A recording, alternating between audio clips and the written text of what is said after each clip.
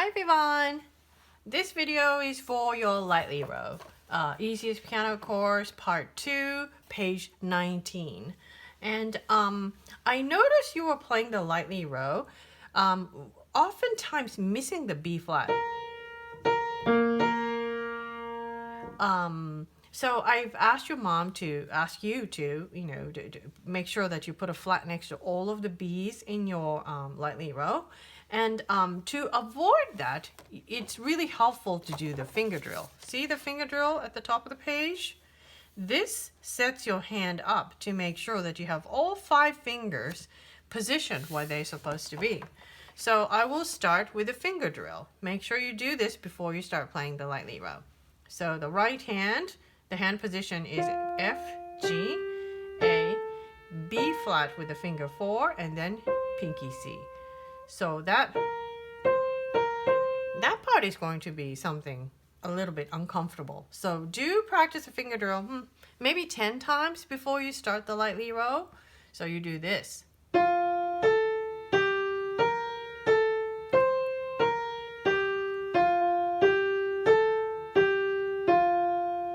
3, 4, repeat.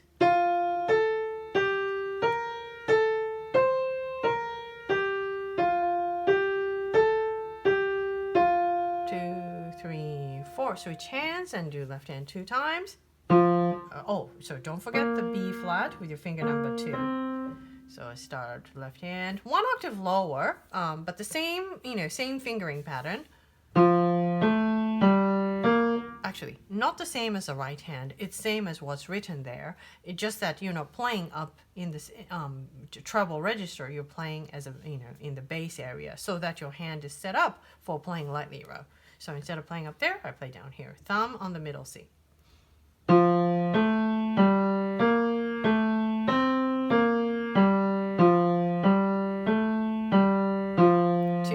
3, 4. Repeat.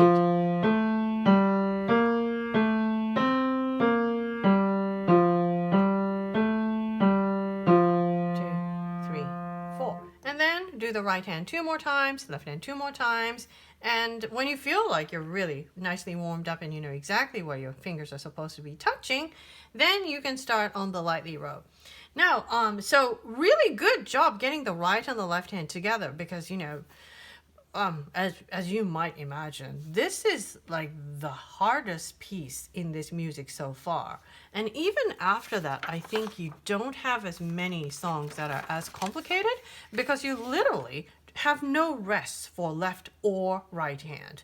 See, not a single rest sign. You're playing something at every single beat. So it's busy. It takes a lot of, paying attention. And yes, so, finally on page 22, you have that low C. And then, there's another one where you don't have a rest and you're playing both hands constantly at page 23. But left hand, you just have a same, pattern left hand that's very repetitive. So yes, this lightly row, I always found it to be a lot harder than what's before and after. And also, it's been challenging for everyone. So, yeah, let me play the first 4 measures. So the first set.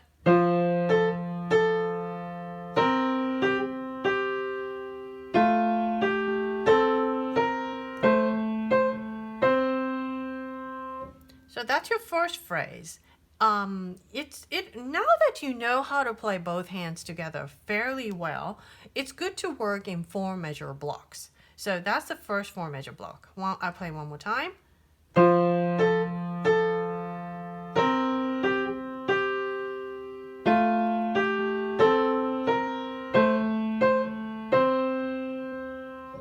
Okay, so that's the first 4 measure block.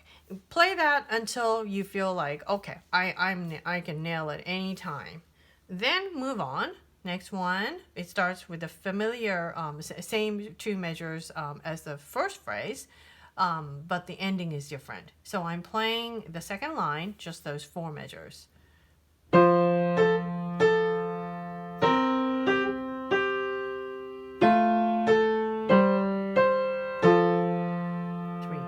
4. Okay, so it has a different ending. I'll play again. 4 measures only.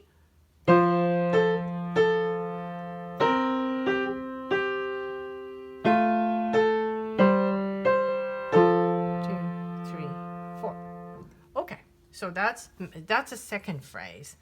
Now the third phrase starts on the right after that on the well, it's actually measure 9 if you're counting from the top, or it's a fifth measure on the second line. And actually it has 2 measures there and then 2 more measures on the next line.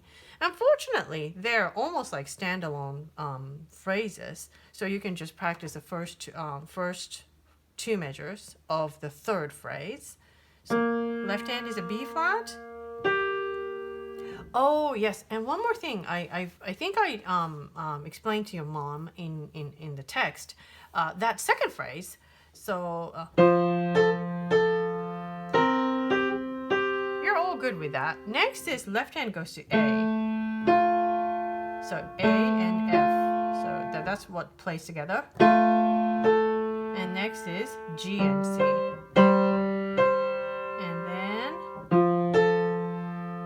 So if you look at this is measure 7, where it comes together is, next part that comes together is G and C, and then the measure 8, when it comes together, is F and A.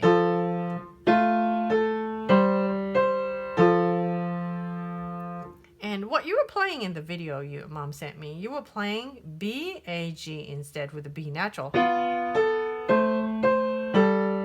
See, they don't sound very good together, right?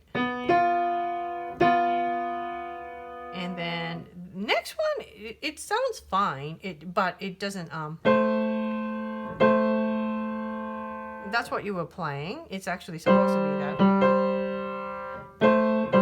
And that's probably why it was confusing to you, that it sounded okay at some point, so you couldn't quite tell what was going on.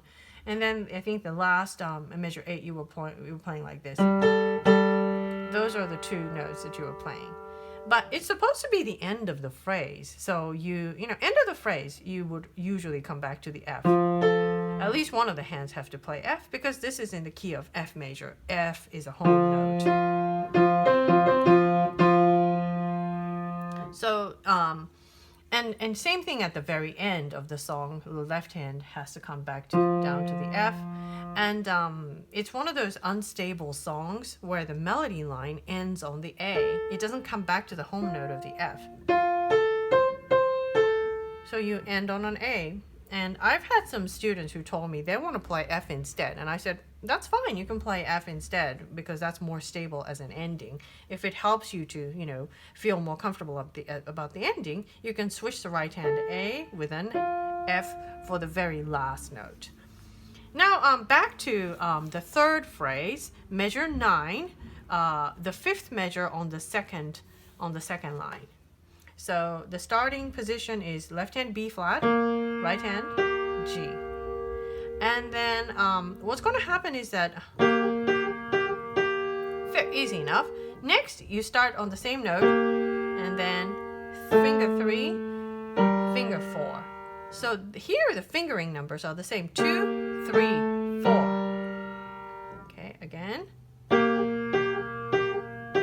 2, 3, 4. Okay, those are the 2 measures here. That measure right there. I mean, those 2 measures. Next, I will go to the next 2 measures of the third phrase. The starting position is right hand is A, left hand is pinky F. And then it's a parallel motion, so you go step up on the second measure. So you go starting at the same note, step up, but right hand has a B flat, step up again. So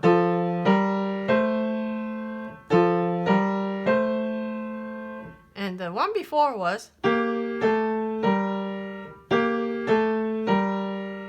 okay, and then the second one was, I'll play that again. So I think I often say practice so that you know the destination of your phrase or how the melody is going. So you can do that. Practice. That's your first destination. And the second destination is. And if you know those two destinations, it'll make it a lot easier to, learn the phrase. So I will play the third phrase back to back, starting from measure 9.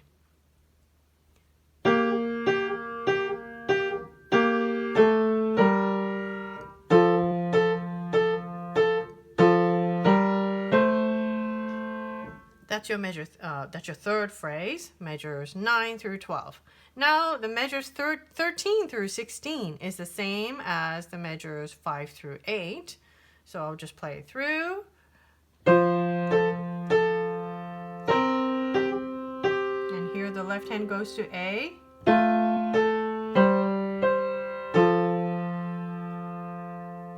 So that's your light lead row. Yeah, so far, yeah, you really got most of it correct. The only thing, running throughout was that you weren't too sure about the B flat. You were playing a lot of B naturals instead. So, after you fix that, and after you fix the ending of the second and the fourth phrase, left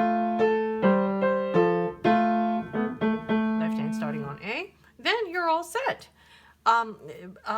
So for the well, I guess, we will have a Zoom lesson on Friday, and we will definitely start with a finger drill. So make sure you practice that. That is actually almost as important as the song itself, because it's a great dexterity exercise. And I think I might have, said that, if you can play both hands together, try. It's a little tricky because the fingering is completely different between the right and the left hands. So let me play the finger drill right hand, left hand, and I'll play it together. Okay. I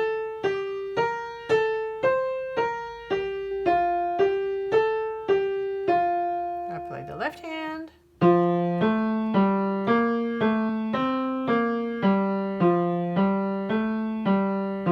Now together.